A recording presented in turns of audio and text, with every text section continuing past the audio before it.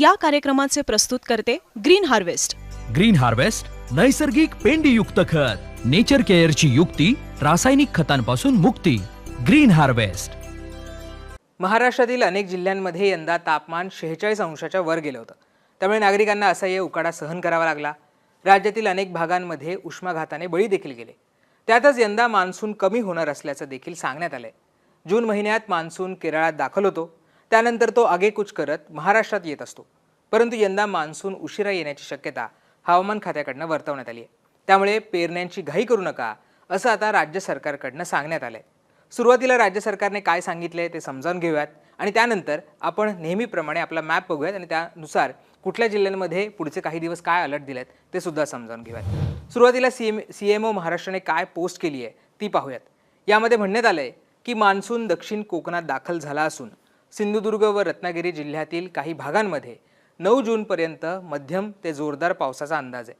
मात्र त्यानंतर किमान 15 जूनपर्यंत राज्यातील पावसाचा एकंदरीत जोर तसेच मान्सूनच्या प्रगतीचा वेग हा कमी होण्याची शक्यता हवामानाच्या सध्याच्या अंदाजातून दिसून येते.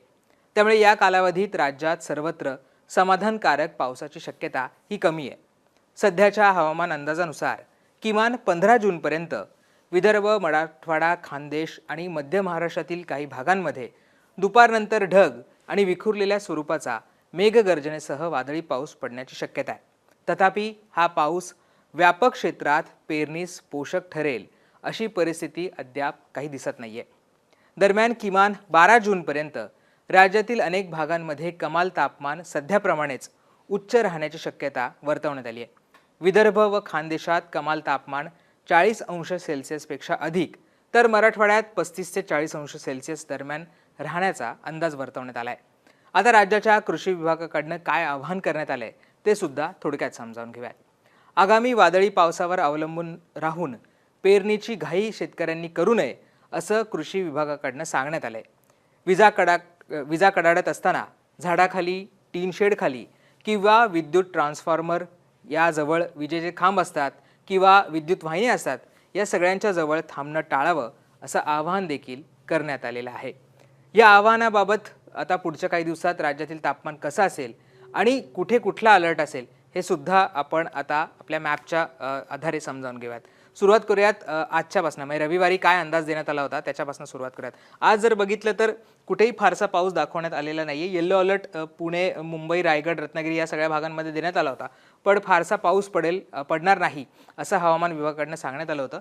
विदर्भामध्ये ग्रीन अलर्ट होता, तिथे कुठलाही पाऊस पडेल किंवा तिथे वातावरण स्वच्छ असेल असं सांगण्यात आलं होतं. आणि तसंच जर आपण बघतो की उत्तर महाराष्ट्रामध्ये सुद्धा तसंच वातावरण होतं. त्यामुळे आज जरी काही भागांमध्ये येलो अलर्ट दिला असला तरी सुद्धा केवळ ढग निर्मिती या भागांमध्ये झाली होती, पण मोठ्या प्रमाणात पाऊस काही हा कुठल्याही भागांमध्ये झालेला आपल्याला पाहायला मिळत नाहीये. हे होतं आजचं फॉरकास्ट. आता आपण सोमवारी नेमकं काय हवामान विभागाकडनं सांगण्यात आले ते सुद्धा समजून घेऊ. सोमवारी सुद्धा तशीच परिस्थिती आहे काहीशी. आपण बघितलं तर मुंबई असेल, रायगड, रत्नागिरी, सातारा, सांगलीचा भाग असेल, सिंधुदुर्ग असेल, त्याचबरोबर कोल्हापूर, सोलापूर, त्याचबरोबर पुणे, अहमदनगर हा जो कोकण, मध्य महाराष्ट्र आणि मराठवाड्यातल्या काही भाग याच्यामध्ये आपण बघतोय की इथे येल्लो अलर्ट दिलेला आहे. तिथे काही भागांमध्ये पाऊस होऊ शकतो असं हवामान विभागाकडनं सांगण्यात आलेलं आहे. पण अर्थात हा काही मान्सूनचा पाऊस नसणार आहे. काही भागांमध्ये, काही ठराविक भागांमध्ये हा तुरळक स्वरूपाचा पाऊस पडेल. त्यामुळे या सगळ्या भागांमध्ये येल्लो अलर्ट हा देण्यात आलेला आहे. आपण जर इथे वरती बघितलं तर नाशिक असेल, धुळे असेल, जळगाव असेल या भागांमध्ये ग्रीन अलर्ट आहे. तिथे कुठल्याही स्वरूपाचा पाऊस पडणार नाही असं सुद्धा हवामान विभागाकडनं सांगण्यात आलेलं आहे. आणि तिथे आपण जर विदर्भाचा विचार केला तर नागपूर, भंडारा, गोंदिया या भागांमध्ये सुद्धा तिथे ग्रीन अलर्ट देण्यात आलेला आहे. तिथे सुद्धा काही फारसा पाऊस पडेल असं हवामान विभागाकडनं सांगण्यात आलेलं नाही. पण या भागांमध्ये अर्थात उष्णता ही कायम असणार आहे. जे आपल्याला येल्लो अलर्ट दिसतोय त्या भागांमध्ये जी उष्णता आपण सध्या अनुभवतोय ती कायम असेल असं सुद्धा हवामान विभागाकडनं सांगण्यात आलेलं आहे. त्यामुळे पाऊस काही भागांमध्ये तुरळक पडत असला तरी सुद्धा उष्णता ही मात्र कायम असेल हे सुद्धा यातनं स्पष्ट होतं. आता मंगळवारी नेमकं काय चित्र असेल हे सुद्धा आपण समजून घेऊयात. मंगळवारी सुद्धा यामध्ये थोडासा फरक पडल्याचा आपल्याला पाहायला मिळतोय. मुंबई, रत्नागिरी असेल किंवा रायगड असेल, सातारा, पुणे या भागांमध्ये ऑरेंज अलर्ट आहे.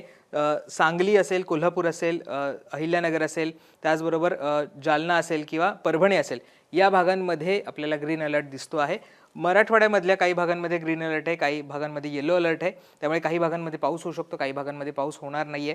आणि विदर्भामध्ये बहुतांश जिल्ह्यांमध्ये ग्रीन अलर्ट आहे, त्यामुळे तिथे फारसा पाऊस होणार नाही. आपण उत्तर महाराष्ट्राचा विचार केला तर उत्तर महाराष्ट्र आपण बघितलं तर नाशिक असेल, त्याचबरोबर जळगाव असेल, धुळे असेल, या भागांमध्ये सुद्धा ग्रीन अलर्ट आहे. त्यामुळे इथेही कुठलाही स्वरूपाचा पाऊस कोसळणार नाहीये. त्यामुळे फारसं काही तिथे मोठा पाऊस होईल असं चित्र सध्या तरी नाहीये. पण जसं मी मगासपासून म्हणतोय, जसं राज्य सरकारने सुद्धा सांगितलंय की 15 जूनपर्यंत जे तापमान आहे ते सध्या जसं आहे तसंच राहण्याची शक्यता सुद्धा आहे. पण अर्थात जो किनारपट्टीचा भाग आहे या भागांमध्ये तुरळक स्वरूपाचा पाऊस होईल, कारण केरळमधनं मान्सून आता हळूहळू महाराष्ट्राकडे सरकतो आहे. तो सरकत जरी असला तरी सुद्धा कोस्टल भाग सोडले तर इतर भागांमध्ये फारसा पाऊस या काळामध्ये कोसळणार नाही. आपण आता बुधवारचं अगदी जे तापमान आहे ते समजावून घेऊयात. बुधवारी आपण जर बघितलं तर यामध्ये अजून थोडासा बदल होतोय. पुणे असेल, रायगड असेल, मुंबई, ठाणे, नाशिक, संभाजीनगर, जालना, हिंगोली, परभणी, म्हणजे मुंबईचा भाग असेल, मुंबईचा ठाणे आणि हा सगळा भाग असेल, मध्य महाराष्ट्र असेल, पश्चिम महाराष्ट्र असेल आणि मराठवाड्याचा काही भाग आहे, इथे सगळीकडे ग्रीन अलर्ट आहे. या भागांमध्ये कुठल्याही स्वरूपाचा पाऊस होईल असं हवामान विभागाकडनं सांगण्यात आलेलं नाहीये.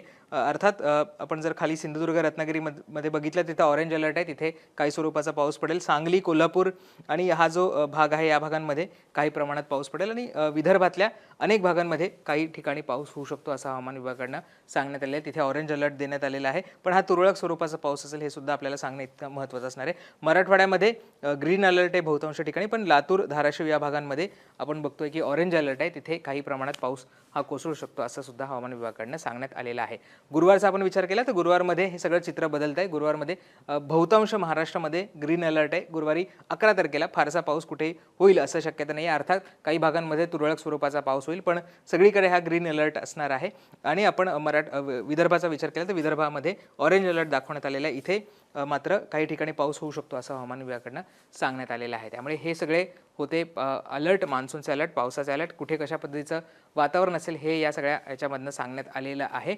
जसं राज्य सरकारकडनं सांगण्यात आलेलं आहे की काही ठिकाणी आपण जर बघितलं तर 15 तारखेपर्यंत म्हणजे 15 जूनपर्यंत पाऊस कोसळेल, काही ठिकाणी कोसळेल, पण हा काही पाऊस पेरणीसाठी किंवा शेतीची कामं ती करण्यासाठी काही योग्य नाही आहे. त्यामुळे पावसाचा अंदाज घेऊनच पुढची पेरणी करावी असं सुद्धा आवाहन सरकारकडनं करण्यात आलेलं आहे. हा वादळी स्वरूपाचा पाऊस असेल, त्यामुळे या पावसावर अवलंबून पेरणीला सुरुवात करावी अशी घाई शेतकऱ्यांनी करू नये सुद्धा राज्य सरकारकडनं सांगण्यात आलेलं आहे. त्यामुळे पुढच्या काळामध्ये हे वातावरण बदलत आहे का, यावेळेसचा मान्सून नेमका कसा असणार आहे, कारण याआधी सुद्धा हवामान विभागाकडनं स्पष्ट करण्यात आलं आहे की नेहमीप्रमाणे हा मान्सून नसणार आहे, कमी प्रमाणात पाऊस होणार आहे.